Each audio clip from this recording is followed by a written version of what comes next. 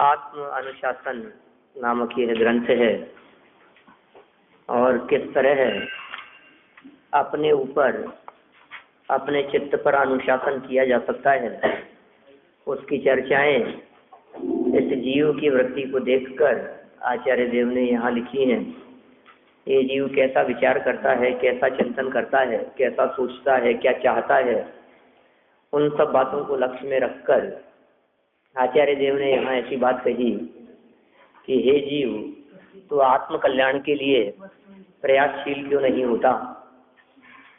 तुझे पता है ये पंचेंद्रिय विषयों की इच्छा मात्र ये कितनी कष्टदायक है, कितना दुख देने वाली है। जब ऐसी बात कही गई तो कहा कि किसने देखे नरक, भाई पंचेंद्रिय विषय भोगों को भोग करके नरक में ही चला जाएगा ना, तो किसने देखे नरक, देखी जाएगी, जब होगा सबका तब देखेंगे, निपट लेंगे, अभी तो आनंदमय है। सब यही कहते हैं। तो आचार्य देव यहाँ क्या कह रहे हैं कि तू नरकादिक के दुखों की बात तो छोड़, वो जब भोगेगा तब तो आंख से आंसू नहीं रुकेंगे, तब तो कितनी वेदना होगी। तो वर्तमान के दुखों का भी यदि विचार कर लेवे तो तेरी दशा बड़ी खराब है। पंचेंद्रिय विषय भोगों में मस्त रहने वाले जो जगत में जीव दिखाई देते हैं, उनकी कैसी कैसी दुर्दशा हो जाती है, उसका चित्रण यहाँ 5 इंद्रियों संबंधी 5 उदाहरण देकर के आचार्य देव ने किया है। स्पर्शन इंद्रिय संबंधी विषय की अति आसक्ति रखने वाले हाथी के जीवन में पराधीनता और अपार कष्ट उत्पन्न हो जाते हैं। जब एक स्पर्शन इंद्रिय के वशीभूत होकर के इतना महान शक्तिशाली बलवान हाथी पराधीन और परतंत्र हो जाता है। इसी तरह से रसना इंद्रिय संबंधी चर्चा की। रसना इंद्रिय के लोभ और लालच में मछलियां आदि अपने प्राण गंवाती हुई देखी जाती हैं, देवर के पकड़ में आ जाती है।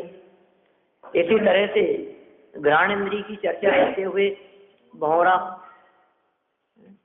कमल में बंद हो जाता है, कमल की गंध को लेता हुआ, और वहीं अपने प्राण गंवा देता है।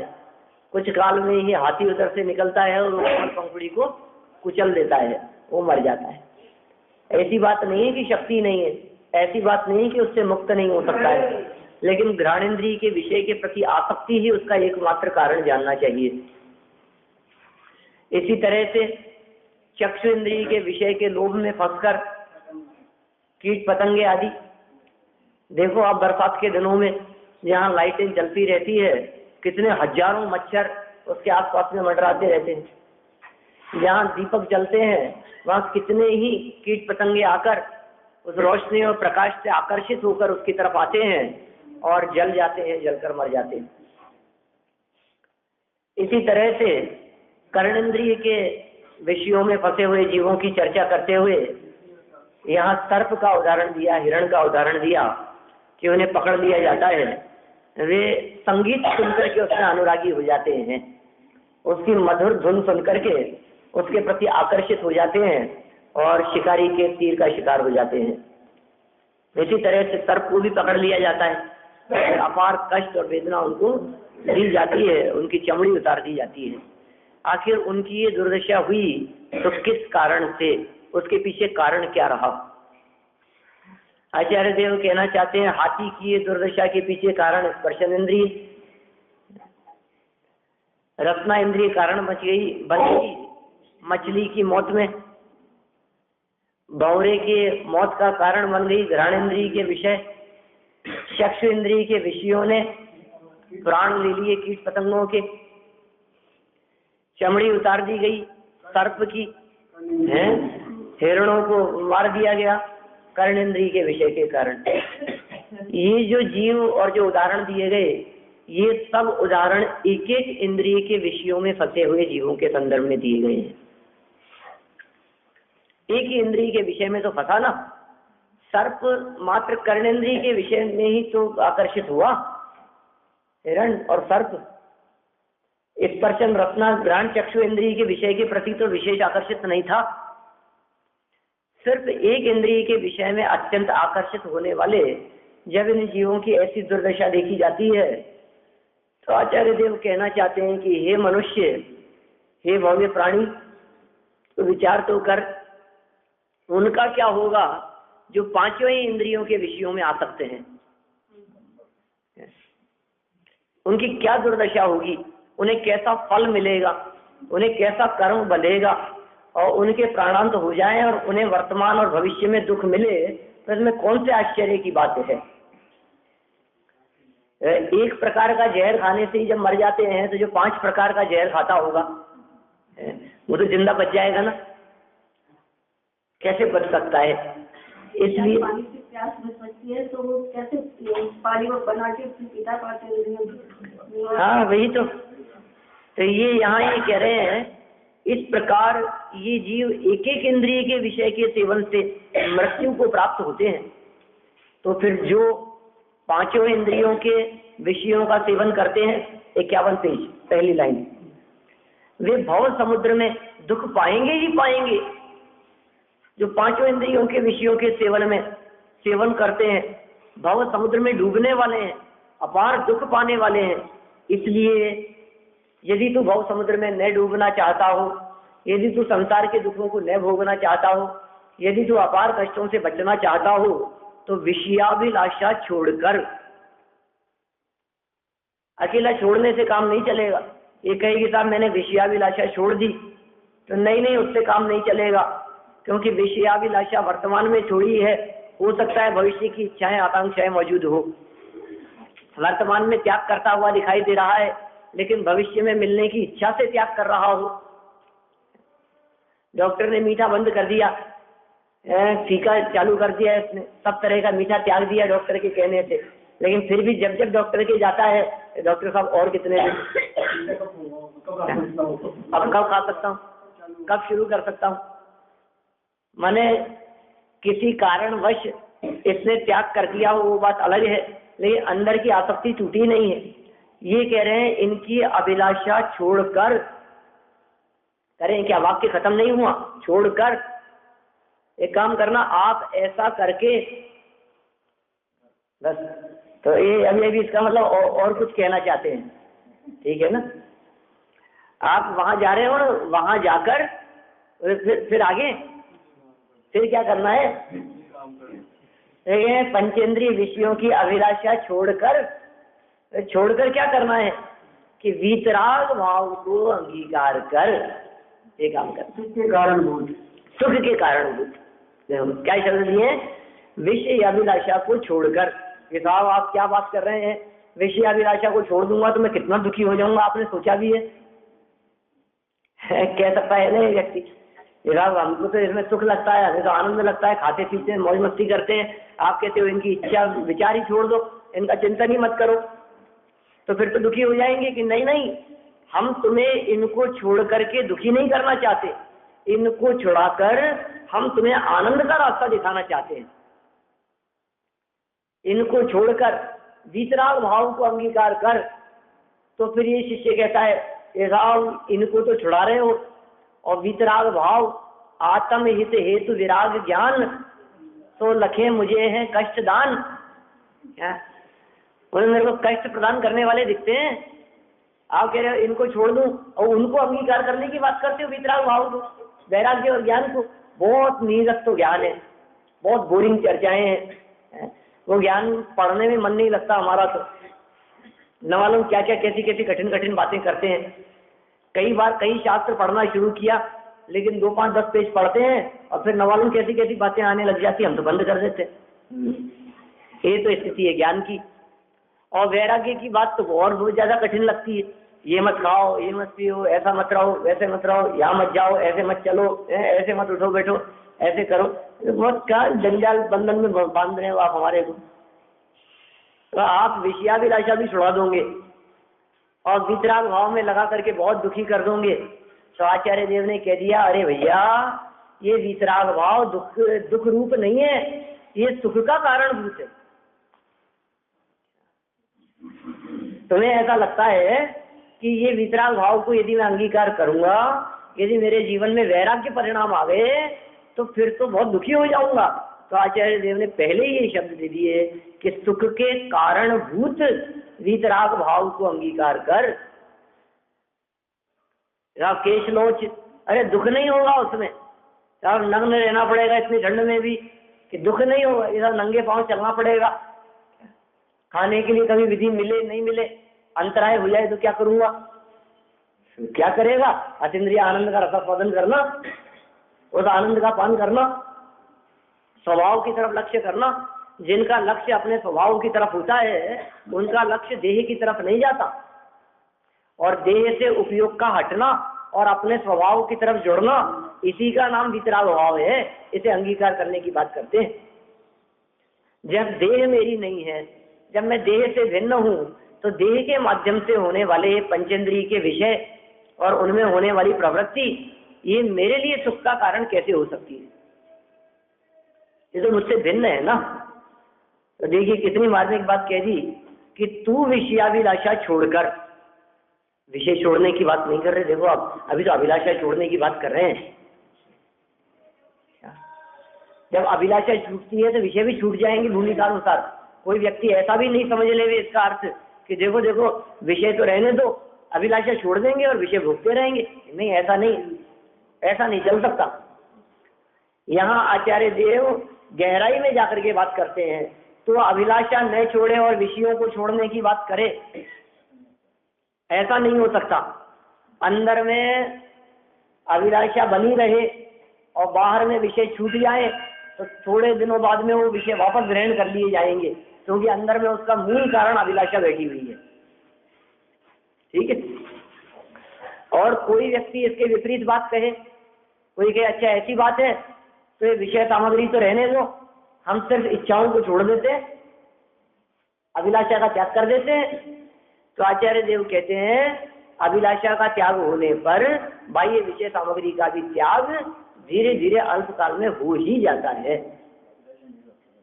विषयों का भोग तो थोड़ी काल है, लेकिन अभिलाषा तो निरंतर बनी रहती है।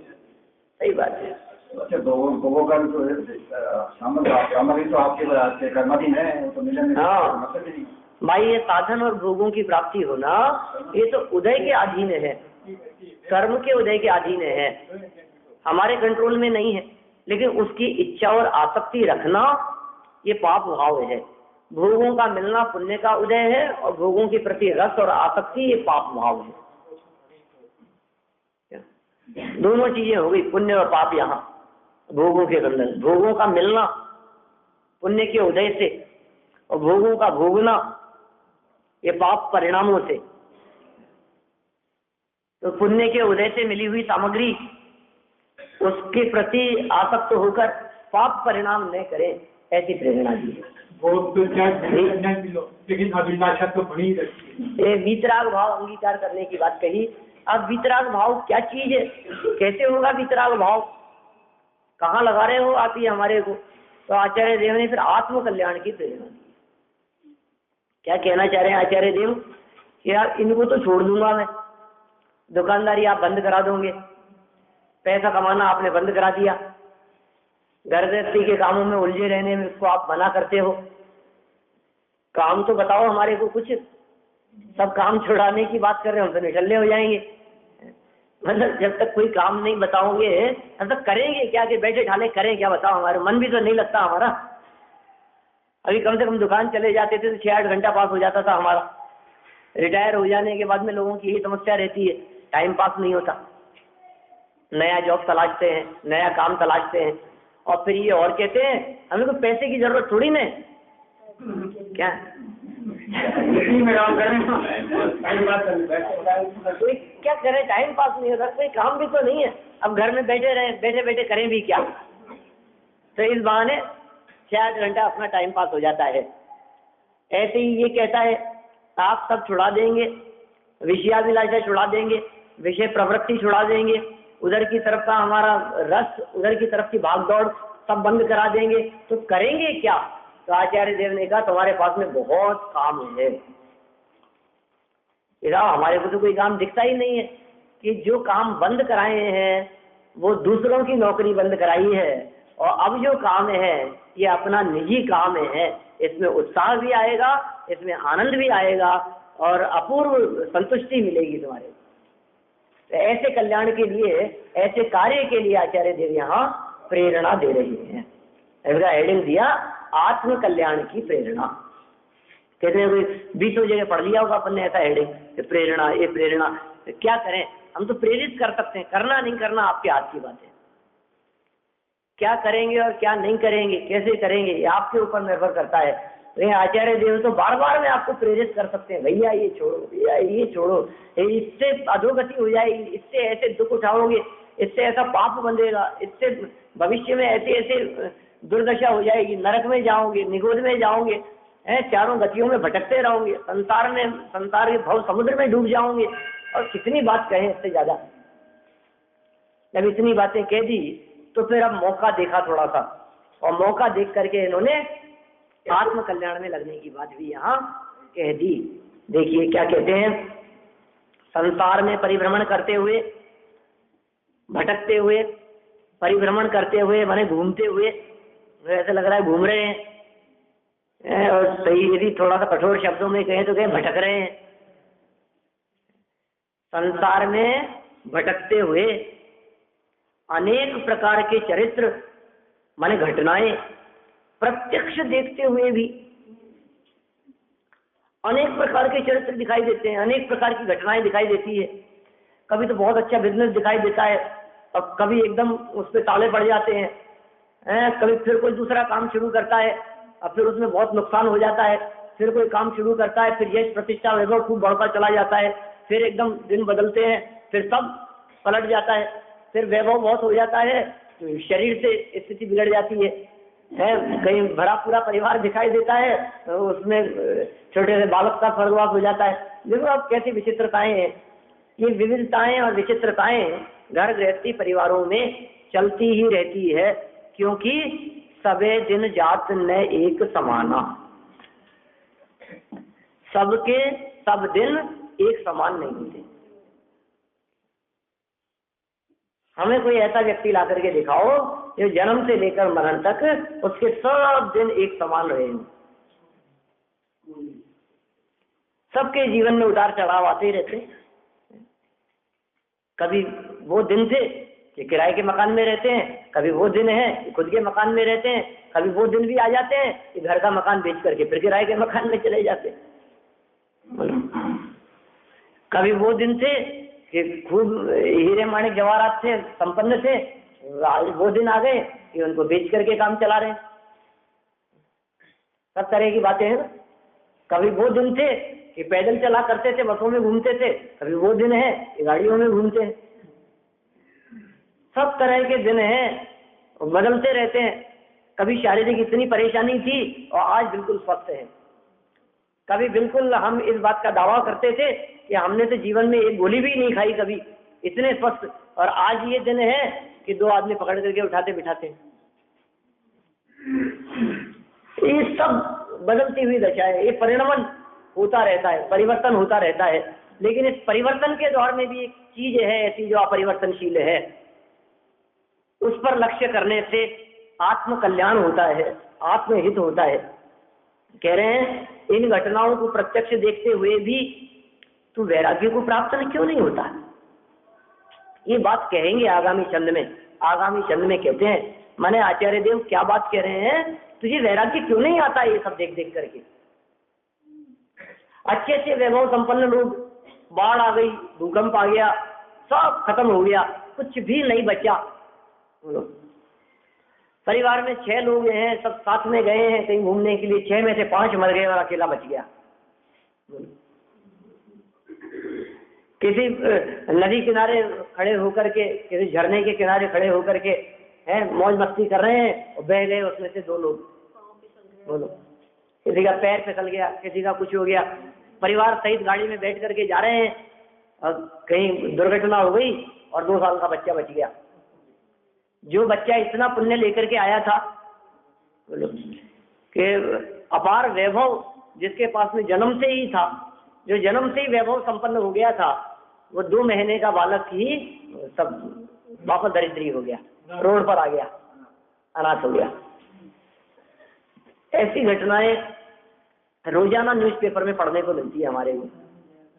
किसी के कैंसर हो गया, किसी के अटैक आ गया है, किसी के ये हो गया, किसी की खून की कमी हो गई, किसी के कुछ और किसी के कुछ, किसी के गांठ हो गई, दुनिया भर का चलता रहता है कुछ ना कुछ।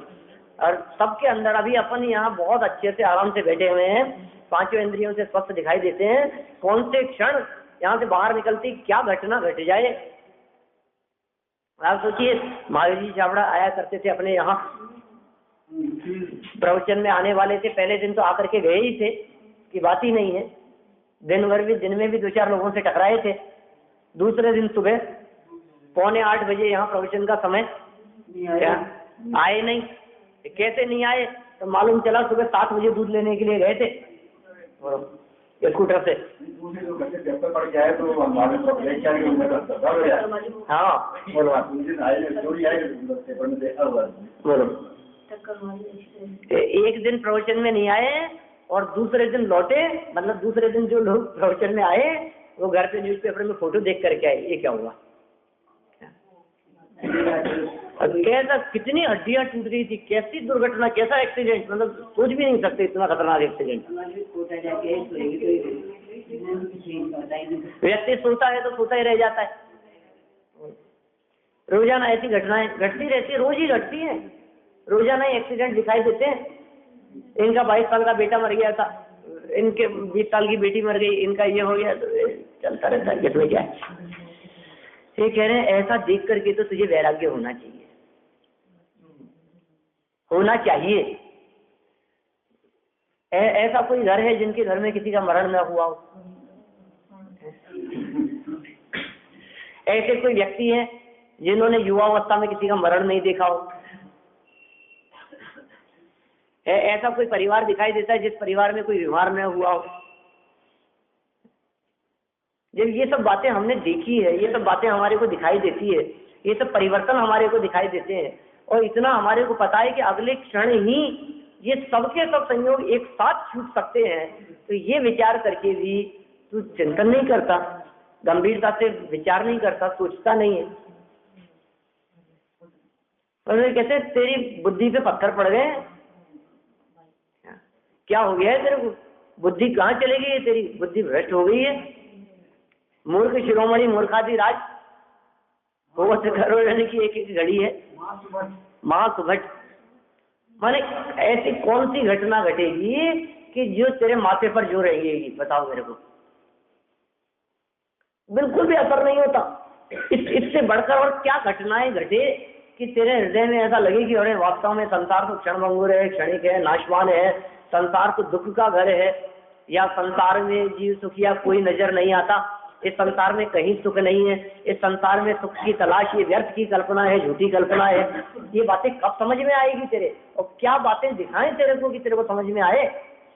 और यदि कुछ एक एक व्यक्ति की घटना नहीं समझ में आती है तो ऐसी दुर्घटनाओं को देख ले तू, जहाँ एक साथ ट्रेन एक्सीडेंट हुआ और हजारों लोग तड़पते हुए दिखाई दे रहे हैं टीवी की स्क्रीन पर, फिर भी तेरा दिल नहीं दहलता।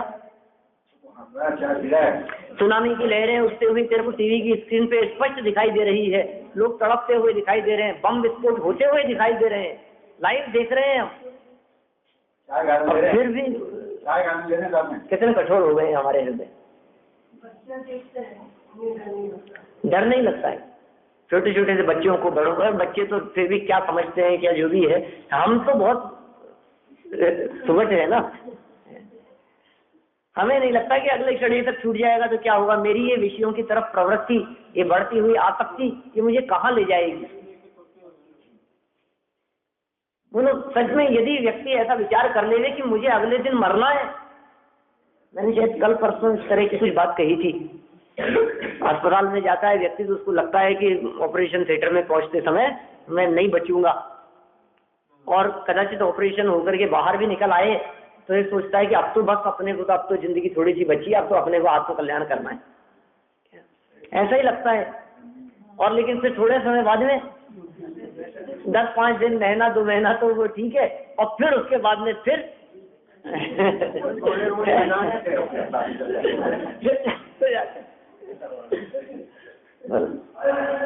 ये क्यों होता है ऐसा? निरंतर चलनी चाहिए ये बात अपने दिमाग में, अपने उपयोग में। अगले क्षण सब छूट जाएगा तो मेरी क्या तैयारी है? कहाँ जाऊंगा मैं और कितने दुख उठाऊंगा मैं? ये जो वर्तमान में दुख दिखाई देते हैं तो कुछ नहीं, तो वर्तमान के दुखों की बात कर रहे हैं आचार्य देव। भविष्य के दुख तो हमें दिखते ही नहीं। यहाँ अभी हमारे को दिखते तो हैं, भविष्य के दुख तो हमारे ख्याल में नहीं आते। किसी व्यक्ति के लकवा हो गया, किसी की जवान नहीं हिल रही है, किसी का मुंह खुला तो खुला का खुला ही रह गया, नहीं बराबर कुछ भी नहीं था, और ऐसे इधर उधर देख रहे थे, ऊपर से कुछ गिरा और आंख ही खराब हो गई। और देखो आप बच्चे खेल रहे थे और एक ने तीर चलाया और दूसरे की आंख फूट गई। कुछ ना कुछ भी घटनाएं कितनी भी घट जाती है। मैं तो खूब विचार करता रहता हूँ, इसलिए सुनाता हूँ आपको। आप लोग विचार करते हो तो आप लोगों के ख्याल में है कैसे कैसे हो जाता है सब। दिन भर चलने चाहिए ऐसे विचार। सड़क पर चलते चलते किसी एक्सीडेंट हो जाता है, दुर्घटना हो जाती है, रोड क्रॉस करते हुए, नहीं कितनी मिलती है यार घटनाएं अपने को देखने सुनने को। ये कह रहे हैं वैराग्य को प्राप्त क्यों नहीं होता, कारण क्या है? और ये कारण आचार्य देव बताएं चाहे नहीं बताएं, हमें स्वयं को विचार करना है कि हम वैराग्य को प्राप्त क्यों नहीं होते। हमें ये सब बातें देख करके भी वैराग्य भाव क्यों नहीं आता। यह बात आगामी छंद में कहना चाहते हैं। देखिए शार्दुल विक्रीडित छंद।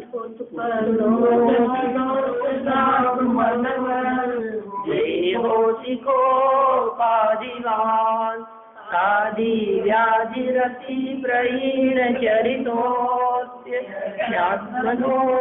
वंचक मृत्यु व्यास मुखांतरोति जरता ग्रास्योति जन्मिन प्रथा किं मत्सोऽस्यसि किं हिताय किं वासि वस्त्रः दोषिणा तुमरे आदि आदियुत सर्वे सोत संजवा आत्मजमजक दुष्चरित्र क्रोधाधिक से हुआ मरणोन्मुख अरुग्रास जरा का वृथा जन्म ले मर्त हुआ।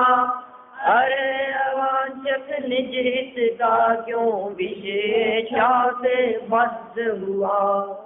देखो आत्म कल्याण की प्रेरणा देते हुए आचार्य देव प्रश्न चिन्ह खड़ा कर रहे हैं कि हे जीव तू देह की तरफ विचार कर, हे जीव तू अपने परिणामों की तरफ विचार कर, हे जीव तू मरणोन्मुख दिखाई देता है, मौत के मुंह में बैठा हुआ भी क्या विचार कर रहा है।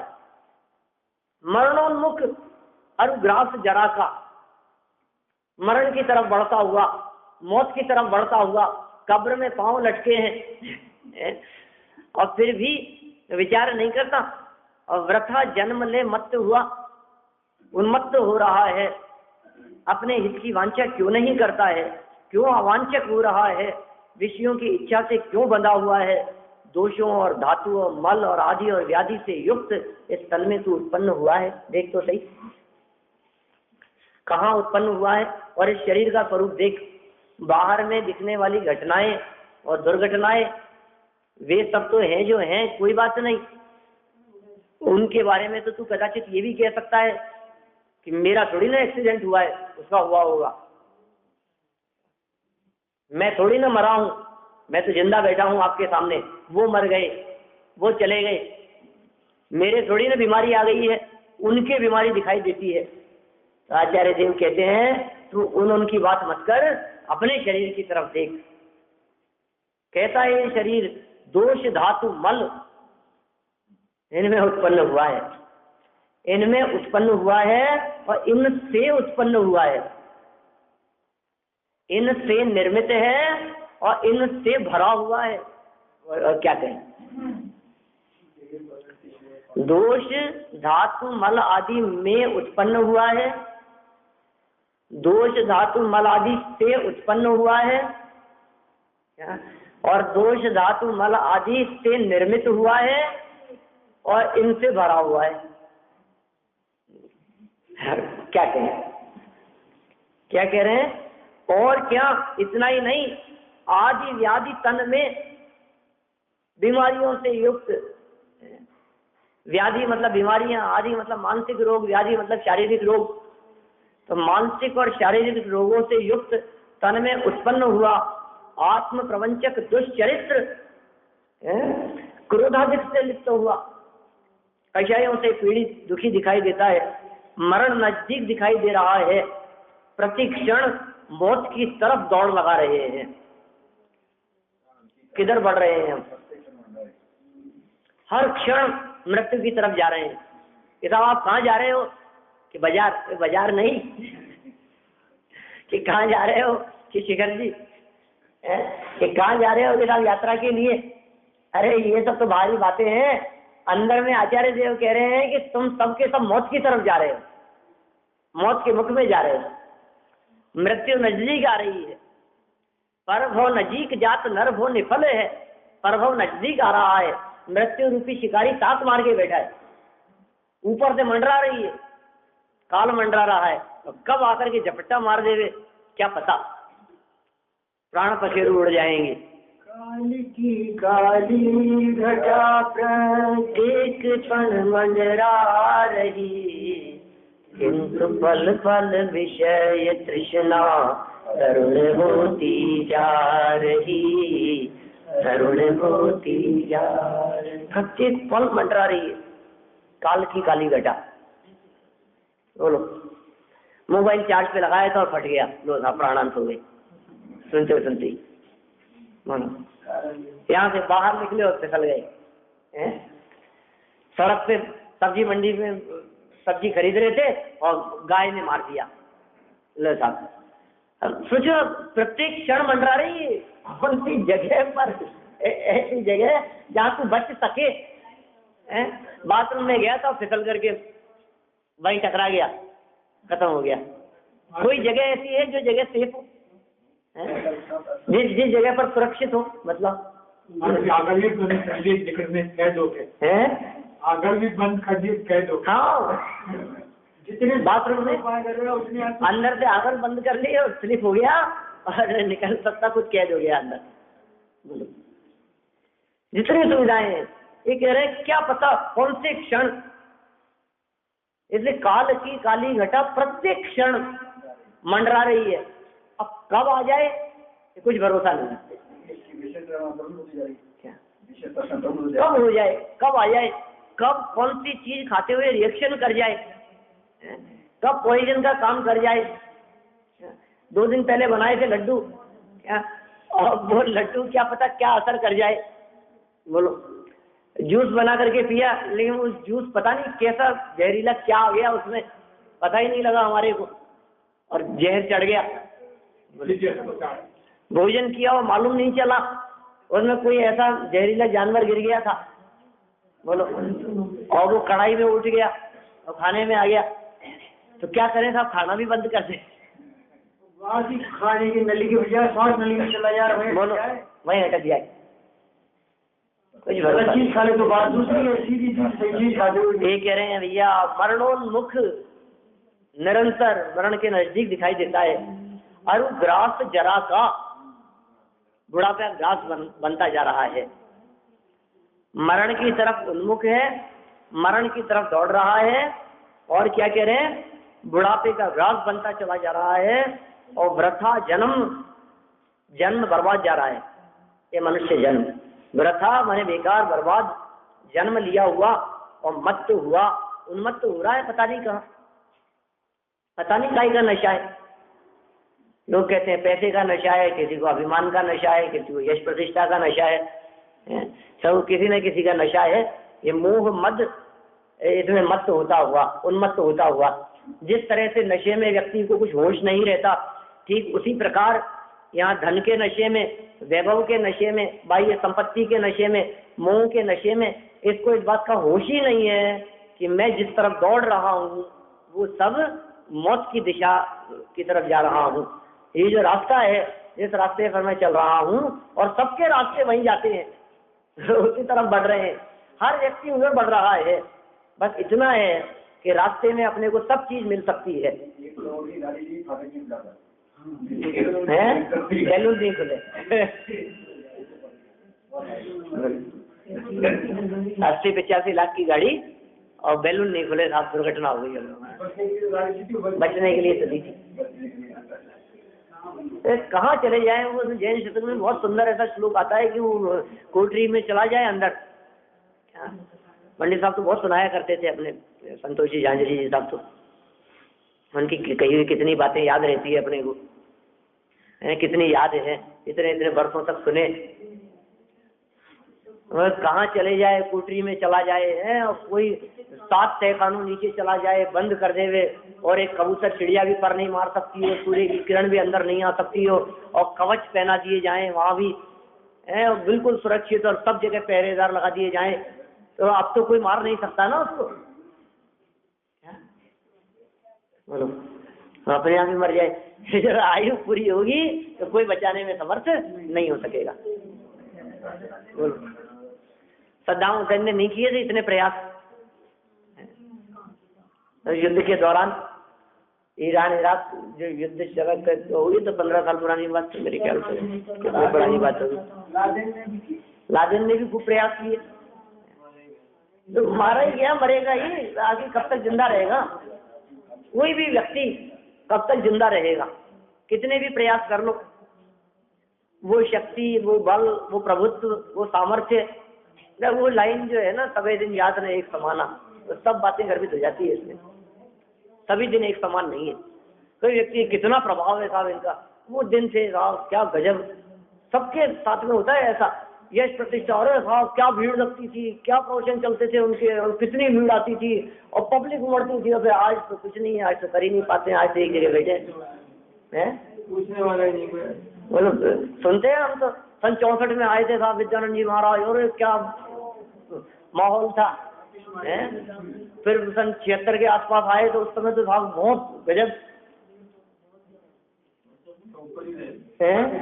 अपने इसी मंदिर में रहे थे, जगह जगह उनके प्रवचन होते थे, तो लोग ऐसी चर्चाएं करते हैं, और फिर आज के पिछले 20 साल से तो एक जगह पर बैठे हैं, क्या करें? ज्ञान योग्यता सामर्थ्य बहुत है, लेकिन अब वो बात नहीं है साहब। तरुण सागर जी चलते रहे बहुत, फिर बीच में उनके धीरे धीरे मतलब वो कब तक चलेगा? वो यश प्रतिष्ठा ख्याति वो ज्यादा लंबे समय तक नहीं है। वो समय आता है किसी व्यक्ति का, और वो समय उसको बहुत ऊपर उठा देता है, और फिर उसके बाद में फिर वही प्रधानमंत्री बनकर के भी व्यक्ति आम आदमी बन जाता है। क्या दम है उसमें? आज कौन पूछता है प्रधानमंत्री वीपी सिंह को, और उसको नरसिम्हा राव को, और सब का कौन कौन है, वाजपेयी को, कौन है और कहाँ है, क्या कर रहे हैं? बोलो, कहीं नहीं। ठीक है, थे किसी समय में। ज्ञानी जैल सिंह का तो कहाँ है आजकल, पता है आपको? कुछ आता पता ही नहीं है अपने को। जिंदा भी है कि नहीं है? राष्ट्रपति देखो आप क्या कह रहे हैं यहाँ, मरणोन्मुख अरुग्रास जरा था, वृथा जन्म ले मत हुआ, उन्मत्त हो गया। ठीक है ना? अपनी शक्ति, अपनी ताकत, अपने बल, अपनी प्रतिष्ठा के कारण ये प्रतिष्ठा का नशा, मान सम्मान का नशा ऐसा छाया रहा कि ये उन्मत्त हो गया और भूल गया कि ये प्रतिष्ठा स्थिर नहीं रहने वाली है। देखो क्या कह रहे हैं आगे, कहाँ आई बात? आत्म प्रवंचक, वही आत्मा से दूर रहता हुआ, ठगता हुआ, अयोग्य आचरण करने वाला। अयोग्य आचरण भी शब्द नीचे दिया है इन्होंने, उसके अनुवाद अर्थ करते समय। और क्या? अवांछक, अरे अवांछक, निज हित का अवांछक, वांछा नहीं करने वाला, वांछा न करे, वांछा के अयोग्य, वांछा की जिसको जरूरत नहीं है ऐसा। अरे अवांछक माने ये जो विशेषण दिया है, अवांछक विशेषण, इसका यदि अर्थ किया जाए तो ये जीव के अर्थ में, जैसे हे भव्य, हे समझदार, हे जीव, हे मुक्तात्मा। अवांछक, अवांछक निज हित का, हाँ, निज हित को न चाहने वाला। हाँ, वो अर्थ है। अवांछक शब्द का अर्थ वांछा न करने वाले, निज हित का। अब इसको निज हित के साथ में जोड़ लो, तो अपने हित को नहीं चाहने वाला, ऐसा अर्थ हो जाएगा। अवांछक, वांछा न करने वाला, अपने हित की और विषयों की इच्छा करने वाला। विषय इच्छा से बद्ध हुआ, उससे बंध गया है, ऐसे जीव की यहाँ चर्चा कर रहे हैं। और उसको एक प्रकार से समझ लीजिए आप, ऐसा प्रश्न कर रहे हैं, उसके सामने प्रश्न चिन्ह खड़ा कर दिया कि तू ऐसा अपने हित को क्यों नहीं चाहता है। बस समझ लो आप, दुनिया में कोई व्यक्ति ऐसा नहीं दिखाई देगा जो अपने हित को नहीं चाहता होगा। हर व्यक्ति आत्महित चाहता है। आत्महित चाह करके तो पैसे की तरफ दौड़ता है, आत्महित चाह करके तो बिजनेस बढ़ाने की सोचता है, आत्महित चाह करके तो डॉक्टर की तरफ भागता है, आत्महित चाह करके ही तो अपने परिवार को संभालता है, आत्महित के बारे में सोच करके। लेकिन आचार्य देव कह रहे हैं ये सब आत्महित नहीं है, ये सब विषय इच्छा है। तो इसमें आसक्त होता हुआ आत्महित का विरोधी क्यों हो रहा है, मुझे ये समझ में नहीं आता। ऐसी बात यहाँ छंद में कही है। इसके अर्थ और भावार्थ की चर्चा अपन फिर कल आगे पढ़ेंगे। नमस्कार।